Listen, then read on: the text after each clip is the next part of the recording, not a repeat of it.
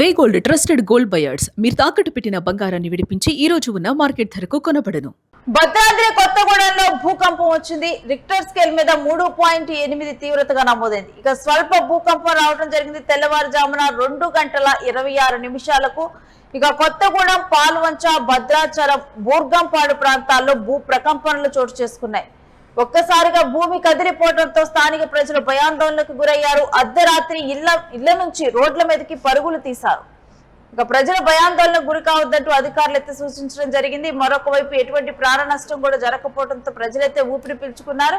కానీ అర్ధరాత్రి ఈ భూకంపం రావడంతో కూడా 2:30 సమయంలో ఈ భూకంపం రావడంతో ప్రజలు బయటకు పరుగులు తీసిన తర్వాత ఇంకా మరలా ఏమన్నా భూమి కంపిస్తుందేమో అనే భయంతో రోడ్ల మీదే నిలిచిపోయి అక్కడే కూడా ఒకవేళ ఏదైనా ప్రమాదాలు జరుగుతాయని చెప్పి కూడా రోడ్ల మీదే బయటే ఉండిపోయినటువంటి పరిస్థితి. ఇక ఒక్కసారిగా కూడా అందరూ భయభ్రాంతులకు గురయ్యారు. ఇక ఈ అంశం గురించినటువంటి డీటెయిల్స్ మా ప్రతినిధి సత్య అని తెలుసుకుందాం. ఎస్ సత్య, ఈ భూ ప్రకంపనల గురించినటువంటి డీటెయిల్స్ ఏంటి?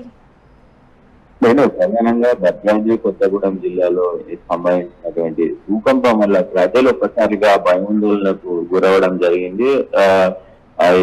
మొత్తానికి ఈ ఏదైతే ఈ భూకంపానికి సంబంధించి రిక్టర్ స్కేల్ పైన 3.8 తీవ్రతగా నమోదైన పరిస్థితి కనబడతా ఉంది. ప్రధానంగా కొత్తగూడెం, పాల్వంచ, భద్రాచలం, బూర్గంపాడు ప్రాంతాల్లో ఈ ప్రకంపనలు అయితే రావడం జరిగింది. ప్రజలు ఒక్కసారిగా ఉలిక్కి పడ్డారు. ఆ రాత్రి ఇళ్ల నుండి మొత్తం కూడా అందరూ కూడా రోడ్లపైకి పరుగులు పెట్టిన పరిస్థితి కనబడతా ఉంది. ఖచ్చితంగా దీనికి సంబంధించి అధికారులు కొంత సమాచారం ఇచ్చినట్టు తెలుస్తా ఉంది. అధికారులు చాలా సూచనలు కూడా చేశారు. తక్షణమే జాబ్ కవర్, హోల్డ్ ఆన్ పద్ధతిని పాటించండి, గట్టి టేబుల్స్ లేదా మంచం కింద దూరి ఉండండి అంటూ కూడా సమాచారం ఇచ్చినది. కిటికీలు, అద్దాలు, భారీ బీరువాలు, ఫ్యాన్లకు దూరంగా ఉండండి, భవనాలు, విద్యుత్ తీగలు, చెట్లు, ఫ్లైఓవర్లకు దూరంగా ఉండండి, సురక్షితమైన చోట వాహనాన్ని నిలిపి లోపల వేసి ఉండండి, వంతెనలు, కరెంట్ తీగలు స్తంభాల కింద పడకుండా చూసుకోండి అంటూ కూడా ప్రభుత్వం సూచన చేసినట్టు తెలుస్తా ఉంది. రేణు, అయితే ఈ భూకంపం అనుకోకుండా ఒక్కసారిగా రావడంతో అక్కడ ఉన్నటువంటి ప్రజలు, అధికారులు కూడా అప్రమత్తమైన పరిస్థితి కనబడుతూ ఉంది. ఎలాంటి ప్రాణ నష్టం జరిగినప్పటికీ కూడా ప్రజలు మాత్రం కొంత భయాందోళనకు గురయ్యారు. ఎందుకంటే తెలంగాణ రాష్ట్రంలో కానీ తెలంగాణకు సంబంధించి కొంత ఈ భూకంపాలు అనేవి కొంత అరుదుగా తరచుగా రావు కాబట్టి, అంటే ఎప్పుడో ఒకసారి వస్తాయి కాబట్టి ఖచ్చితంగా వీటిపైన కొంత అవగాహన పెంచుకోవాలి. అవగాహన లేకపోతే ఇబ్బంది అవుతుందంటూ కూడా అధికారులు అయితే చెప్తా ఉన్నారు. సో ఈ మొత్తం భూకంపం అయిపోయిన తర్వాత, అంటే భూకంపం వచ్చి వెళ్ళిన తర్వాత, ఆగిన తర్వాత మెట్ల ద్వారా మాత్రమే బయటికి వెళ్ళండి అంటూ కూడా చెప్పిన పరిస్థితి ఉంది. ఇంట్లో ఉన్న గ్యాస్ లీకేజీలు ఉన్నాయా పరిశీలించండి, వీలైతే మెయిన్ స్విచ్ గ్యాస్ ను కట్టేయండి, సోషల్ మీడియాలో వచ్చే తప్పుడు ప్రచారాన్ని నమ్మకండి, ప్రభుత్వ అధికారులు ఏదైతే ఇస్తారో, అంటే ప్రభుత్వ అధికారులు అఫీషియల్ గా ఏదైతే రిలీజ్ చేస్తారో వాటిని మాత్రమే నమ్మండి అంటూ కూడా వాళ్ళు చెప్పిన పరిస్థితి కనబడుతా ఉంది. అయితే దీనికి సంబంధించి ప్రధానంగా 3.8 తీవ్రత రావడంతో ఒకసారిగా అర్ధరాత్రి కావడంతో, అంటే అర్ధరాత్రి దాదాపు 2:30 సమయానికి, 2 గంటల 3 గంటల సమయానికి భూమి ఒక్కసారిగా కంపించడంతో చాలా ఇబ్బంది పడ్డారు ప్రజలు. ఒక్కసారిగా అసలు ఏం జరిగింది, ఎందుకు ఇలా జరిగింది అనే భయంతో పరుగులు తీసిన పరిస్థితి కనబడుతుంది. ఒక్కసారిగా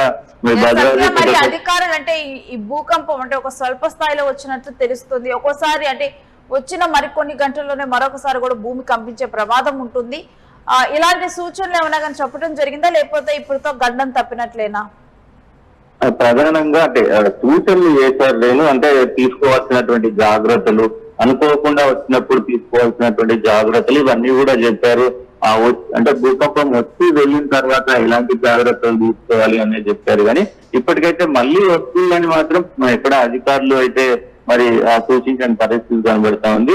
ప్రజలు భయాందోళనకు గురి కావద్దు, మేము ఎప్పటికప్పుడు సమాచారం చేరవేస్తామంటూ కూడా ఏదైతే అధికారులు అయితే చెప్తున్న పరిస్థితి కనబడతా ఉంది. సో ప్రధానంగా దీనికి సంబంధించి మళ్ళీ వస్తుందని మాత్రం అధికారులు అయితే చెప్పట్లేదు. దీనిపైన సమీక్ష చేస్తున్నారు. అసలు ఎందుకు వచ్చింది ఏంటి, సో అక్కడ అసలు ఏం జరిగింది ఆ ఏరియాలో, ఏదైతే కొత్తగూడెం కావచ్చు, పాల్వంచ కావచ్చు, భద్రాచలం కావచ్చు, ఈ భూకంపాడు కావచ్చు, ఈ ప్లేసెస్ లో అసలు ఎందుకు ఈ భూకంప తీవ్రత 3.8 దాకా నమోదైంది అనే కోణంలో దర్యాప్తు చేస్తా ఉన్నారు. దీనికి ప్రధాన కారణం ఏంటి అనేది కూడా దర్యాప్తు చేస్తున్నారు. సో ప్రధానంగా ఇక్కడ ఎలాంటి ప్రాణ నష్టం కానీ ఎలాంటి తీవ్ర స్థాయిలో జస్ట్ ఇట్లా కంపించి వెళ్ళిపోయింది కాబట్టి ఎవరు కూడా భయపడద్దు. ఈ అప్పుడప్పుడు ఇలా జరుగుతుంటుంది అంటూ కూడా అధికారులు అయితే చెప్తున్నారు. కొంత ప్రజలైతే భయాందోళనలకైతే గురైన పరిస్థితి కనబడుతూ ఉంది. రైట్ అయితే థ్యాంక్స్ ఫర్ ద డీటెయిల్స్.